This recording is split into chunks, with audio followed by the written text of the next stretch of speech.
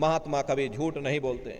महात्माओं ने जब साधना किया, साधना करके जब ऊपर गए और ऊपर जा करके जब उन्होंने नरकों का हाल देखा, तो हमारी आपकी जानकारी के लिए उन्होंने धर्म ग्रंथों में लिख दिया, लोह के खम्भ तपत के माही, और जहां जीव को ले चिपटाई वहां लोहे के खंभे अग्नि से धधक धधक कर लाल हो रहे।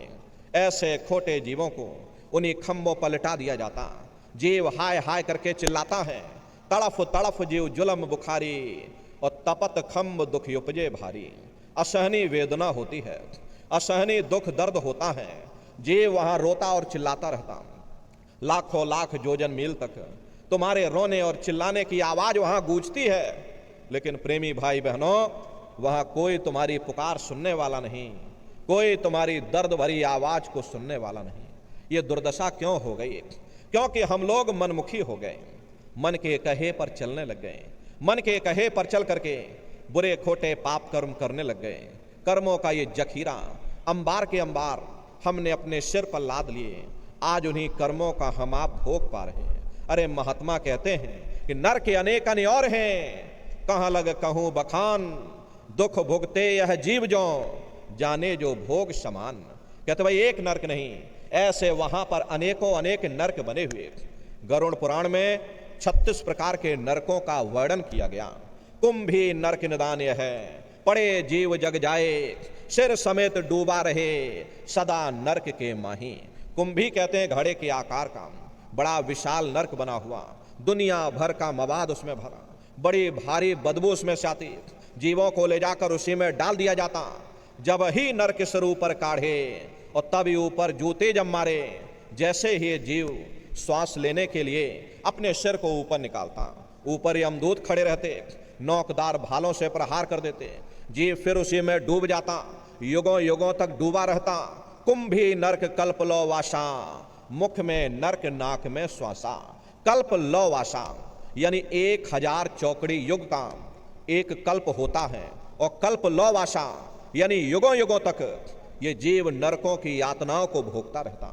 और नरकों की यातनाओं को भोगने के बाद में इसी जीवात्मा को सीधे मनुष्य शरीर आपको नहीं मिलेगा, बल्कि 4 खान 84 लाख योनियों में फिर डाल दिया जाएगा।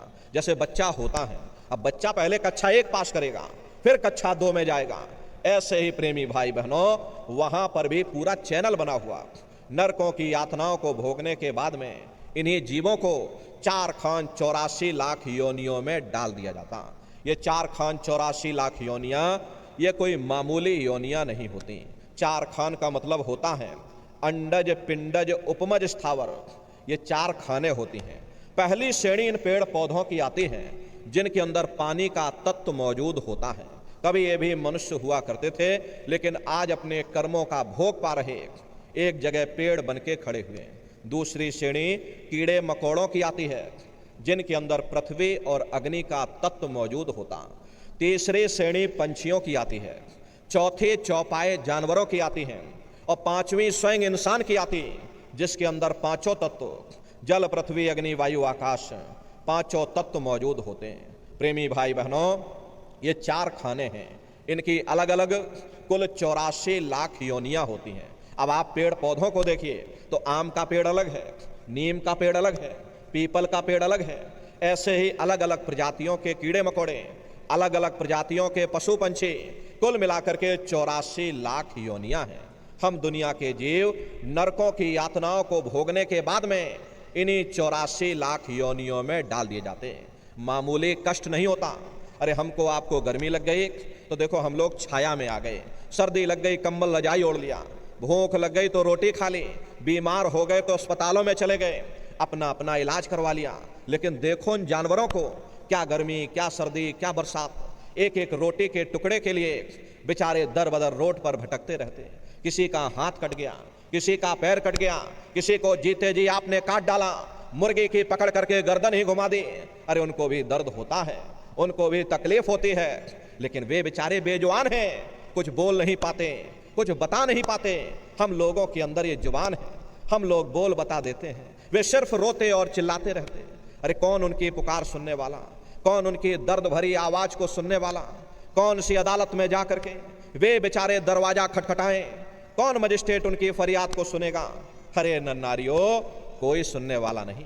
अरे कई जन्म भय कीट पतंगा, कई जन्म भय मीन कुरंगा, कई जन्म पंखी सर्पयो, कई जन्म है वर वृक्ष जोयो, मिल जगदीश मिलन की वरिया और चिरंकार यह देश सजरिया।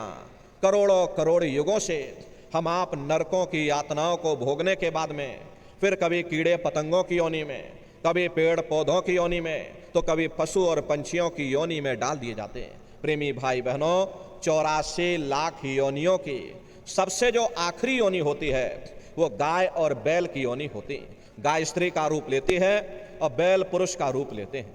ये 84 लाख योनियों की सबसे आखिरी योनि यानी कि अंतिम पायदान होता है।